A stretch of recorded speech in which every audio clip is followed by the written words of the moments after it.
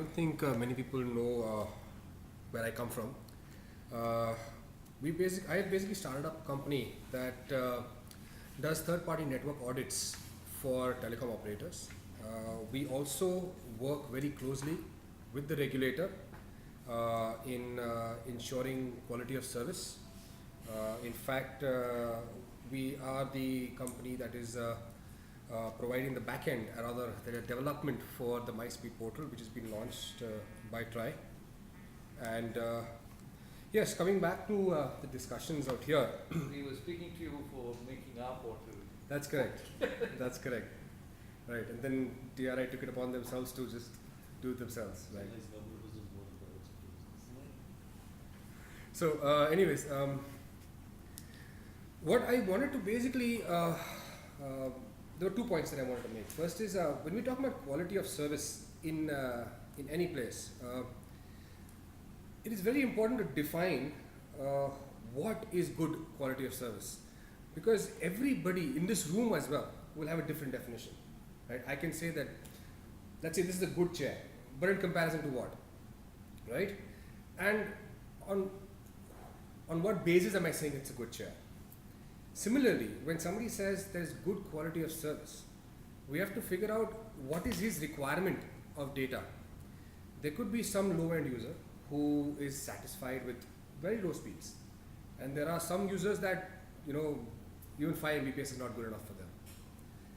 The second part is, how do we measure this quality of service? Now, I believe both these points have been very well dealt with the regulator at this point of time with the MySpeed portal, wherein not only are they measuring the quality of service at a consumer level, so it's as granular as it can get. There is no national average, there is no circle average, there is no street average. What is your quality of service? And from that, the user can actually go back to that portal which was shown in the previous presentation and compare how is his quality of service compared with everybody else. Then he can say that, okay, am I getting a good quality of service or not? If I am in so-and-so place, is my operator having the best quality of service or not? With regards to how, well, there have been a lot of debates on whether the regulator should use a stick or a carrot to implement such better quality of service. I have a different opinion. So let me give you a small example. One of my friends recently, he asked me, you know, he's got a conference in Shimla and he wants to know which Wi-Fi dongle, which operator's Wi-Fi dongle should he buy so that he can get the best internet connectivity out there.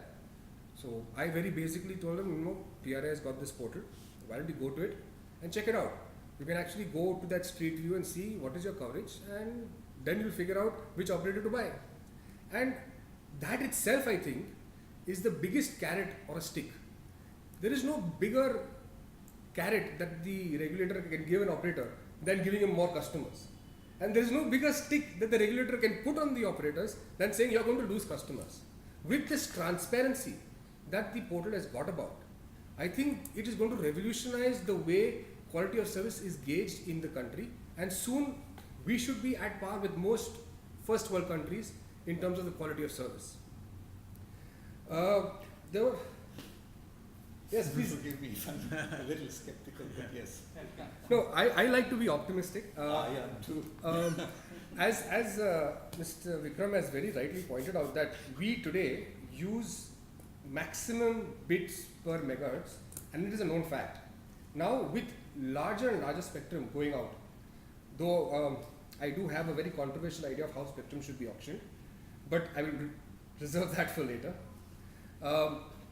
When extra spectrum does come out, imagine if India is doing so much with this much spectrum, once further spectrum comes out, the amount of bandwidth that is going to be available, I think most of the places that we have audited, we have seen that it is, the quality of service is there. It's just that there are a lot of areas where it is not reaching to the individual users on a 24/7 basis. As rightly pointed out in your survey, sometimes, I'm not sure why that happens, though it's very, I cannot fathom to understand why a telecom operator will switch off a site in the night for whatever reason. Power load shedding normally doesn't happen in the night, but You'll be surprised. I'll tell you. Yes. well, I don't live in this part of the country, but from where I come from, most of the load shedding happens during days when industries are running, and the power requirement is higher. And most of these rural sites do have their DGs, etc., etc. But having said that, your report really shows that there is some sort of a logistical roadblock rather than anything else, which is causing this to happen.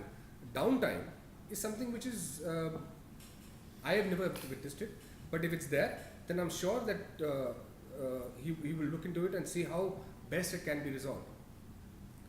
There were a lot of other points that were. Can I just ask for a clarification? Because you mentioned a question one was quality of service. Basically, I thought you were saying attributes. Yes. What your last part says that the attribute of, let's say, speed or bandwidth, the typical ones that we do, are not really an issue.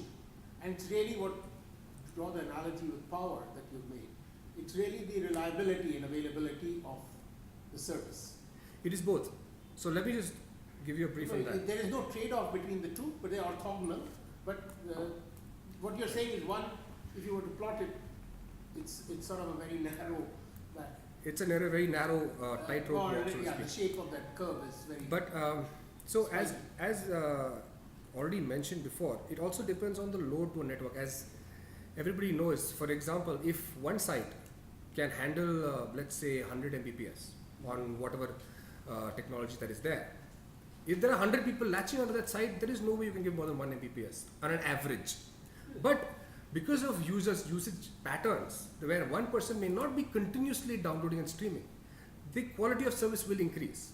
Now, the other part that I want to come to is, how do we measure this quality of service from an individual point of view? What I believe is, since TRAI already has a portal wherein they can measure quality of service at a personal level, they may be better off having to implement a mechanism in which users can, in that itself, provide their own inputs, whether they are happy or they are not happy with their quality of service.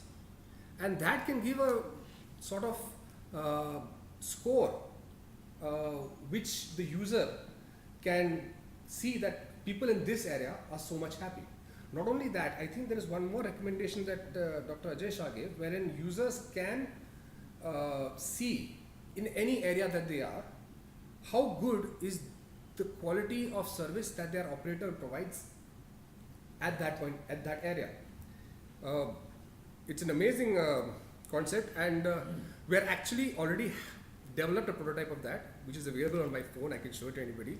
I can tell you today, at this point of time, what is the quality of service that Airtel has in this area versus other operators on 3G or on 4G. What is the coverage they have?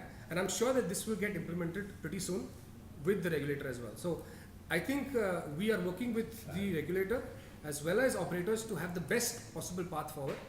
I don't want to put a blame game on anybody. Both parties are doing the best they can.